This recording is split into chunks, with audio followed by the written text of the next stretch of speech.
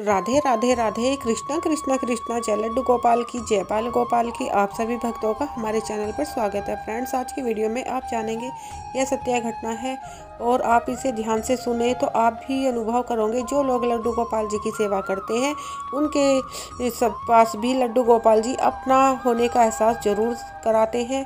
तो फ्रेंड्स, एक संयुक्त परिवार था, पति पत्नी उनके बच्चे। वो शर्मा जी उनकी दुकान थी और शर्मा जी अपनी दुकान से ही अपने घर का पूरा पालन पोषण करते थे। उनकी दुकान में अच्छी आमदनी होती थी और उनका अच्छे से घर परिवार चल रहा था।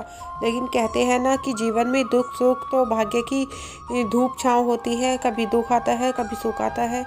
तो इसीलिए उनके जीवन में भी धीरे धीरे से यह दुख आना शुरू हो गया और उनकी दुकान में घाटा होना शुरू हो गया और उनके जो दिनचर्या में हमें जो ज़रूरतमंद का सामान होता है वो भी उनकी दुकान से पूरा नहीं पड़ता। इसलिए वो बहुत दुखी होने लगे और परेशान होते और ऐसे तैसे करके अपना काम चला रहे थे कि जब ज़्यादा ही घाटा हो गया, यहाँ तक नौबत आ गई कि उन्हें अपनी दुकान एक दिन बेचनी पड़ी।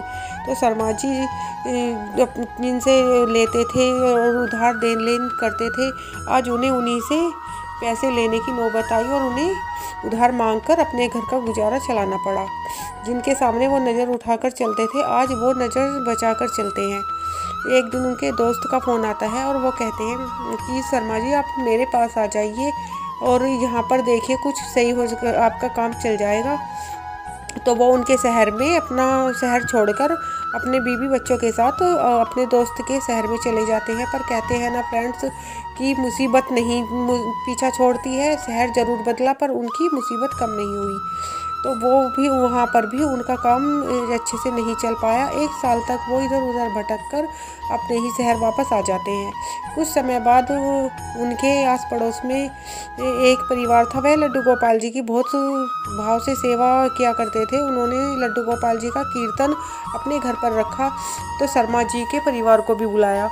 तो वहाँ पर उनकी बेटी और उनकी पत्नी लड्डू गोपाल जी के कीर्तन में जाती है और वहाँ पर जब उनकी लड़की लड्डू गोपाल जी को देखती है तो उसको देखते ही ऐसा लगता है, ऐसा अनुभव होता है कि हम भी लड्डू गोपाल जी को लाएं और लड्डू गोपाल जी की सेवा करें।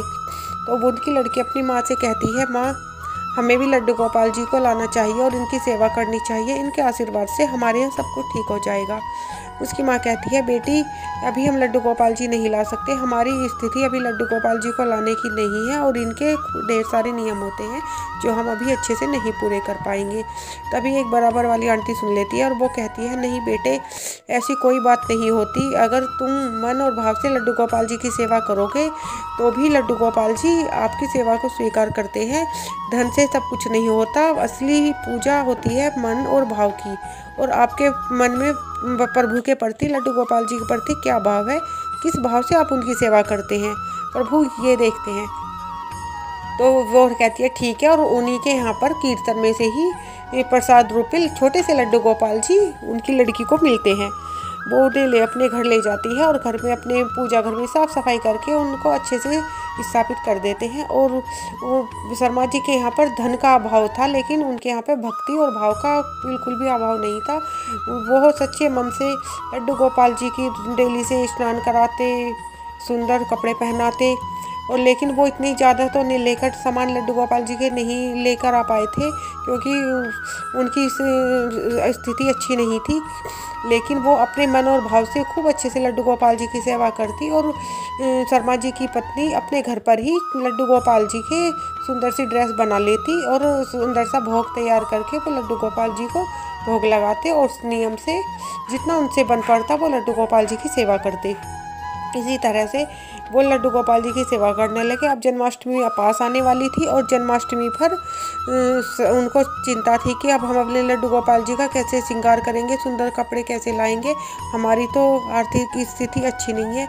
तो लेकिन फिर भी उन्होंने ऐसे तैसे जैसे भी करके अपने घर में ही सुंदर से कपड़े लड्डू गोपाल जी के बनाए और सुंदर सा भोग लड्डू गोपाल जी के लिए बनाया और मन और भाव से बहुत ही विश्वास से लड्डू गोपाल जी की जन्माष्टमी की झांकी सजाई और पूजा की और लड्डू गोपाल जी की प्रेम और भाव से और सच्चे विश्वास से वो लड्डू गोपाल जी की सेवा करते और खूब धूमधाम से उन्होंने लड्डू गोपाल जी की जन्माष्टमी मनाई।